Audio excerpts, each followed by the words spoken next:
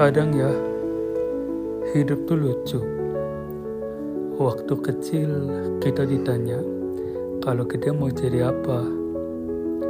Jawabnya bisa astronot, dokter, guru, polisi. Tapi begitu udah gede, kita cuma pengen yang penting ada kerjaan deh. Dan ternyata itu pun gak gampang. Gue yakin banyak dari lo yang lagi dengerin ini lagi di fase ngejar kerja atau malah udah kerja tapi nggak tahu apa lo beneran bahagia di sana. Gue cuma pengen ngobrolin ini bukan karena gue punya jawaban, tapi karena capek ini valid dan lo nggak sendirian. Lo tau gak sih, sekarang buka situs loker tuh kayak main gacha. Sekali scroll, minimal pengalaman 2 tahun. Harus expert ini itu. Bisa kerja multitasking, team player, problem solver, bisa kerja di bawah tekanan. Lo kira kita ini tokoh utama film Marvel? Kadang isi job desk-nya kayak nyari 5 orang dijadiin satu. Dan pas lo lihat benefitnya, gaji bisa dinego, yang artinya bisa juga dipres. Lokasi jauh dari mana-mana, dan jam kerja fleksibel, alias bisa ditelepon kapan aja. Satu sisi kita diminta profesional, tapi dari sisi perusahaan, kadang standarnya kayak pengen cari superhuman. Dulu kita diajarin kerja itu buat ngejar mimpi, tapi makin kesini makin terasa nggak semua orang punya kesempatan yang sama buat ngejar mimpi. Gue bilang kesempatan, bukan kemewahan. Karena buat banyak orang, memilih kerjaan itu bukan soal passion, tapi soal bertahan hidup, soal survive. Mungkin lo punya keluarga yang harus dibantu. Mungkin lo harus bayar kos, cicilan, makan, dan lo gak bisa nungguin kerjaan yang sesuai passion.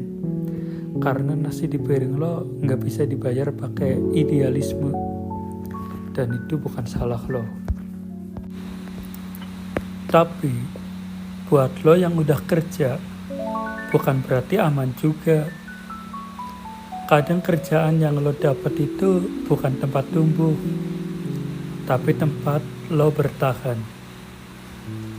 Bangun pagi, kerja dari jam 9, pulang malam, kerjaan numpuk, bos toksik, tim gak suportif, dan lo gak berani resign.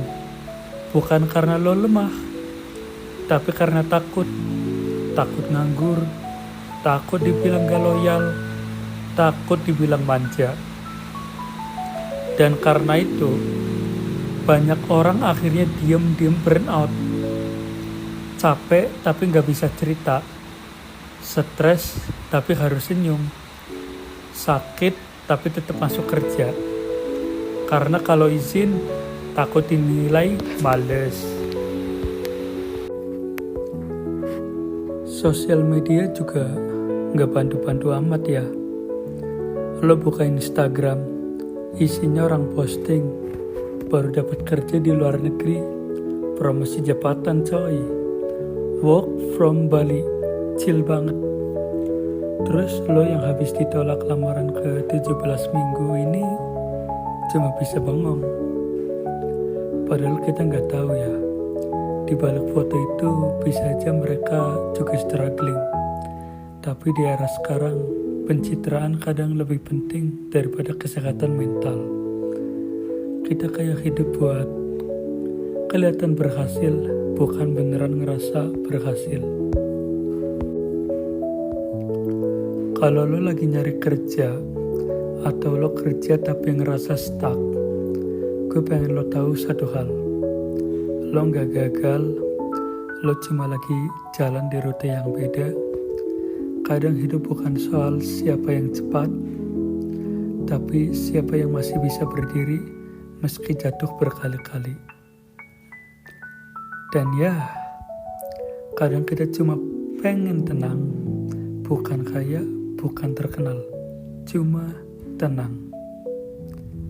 Jadi, kalau hari ini lo capek, nggak semangat, atau ngerasa nggak berguna, itu nggak apa-apa. Nggak semua orang bisa kerja di tempat yang dia cintai, tapi semua orang pantas punya tempat kerja yang menghargai dia. Kalau sekarang belum ketemu, nggak berarti nggak akan pernah. Tetap jalan pelan-pelan. Kalau perlu istirahat, istirahat.